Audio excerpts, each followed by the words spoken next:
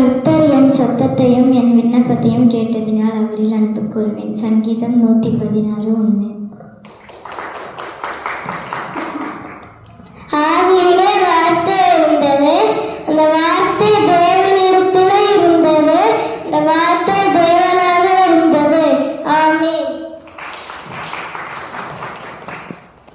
உப்பானது சாரமற்று போனால் எதினால் சாரமாக்கப்படும்? வெளியில் கொட்டப்படுவதற்கும் மனுஷன் மிதிக்கப்படுவதற்கும் அன்றும் வேறு எதுக்கும் உதவாது.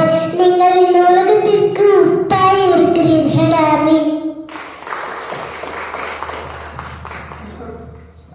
எண்ணி முடியாத அதிசயங்களை அவர் செய்வார். யோபு 5:9. பின்பு தேவன் நோவாவையும் அவன் குமாரனையும் ஆசீர்வதித்து, நீங்கள் பலுகி பெருகி பூமியை நிரப்புங்கள். ஆதியாகமம் 9:1. அவர் தமக்கு சொந்தமானதிலே வந்தார், அவருக்கு சொந்தமானவர்களோ அவரை ஏற்றுக்கொள்ளவில்லை. அவருடைய நாமத்தின் மேல் விசுவாசம் உள்ளவர்களால் அவரை ஏற்றுக்கொண்டவர்கள் எத்தனை பேர்களோ அத்தனை பேர்களும் தேவனுடைய பிள்ளைகளாகும்படி அவர்களுக்கு அதிகாரம் கொடுத்தார். யோவான் 1:11-12.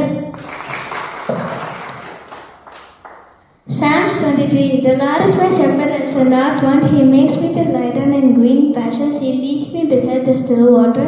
He restores my soul. He leads me to the paths of righteousness for his name's sake. Either I walk through the valley of shadow of death, I will fear no evil, for you are with me. The Lord is my staff, you comfort me. You prepare a table and before me in the presence of my enemies. You anoint my head with oil, my cup runs over.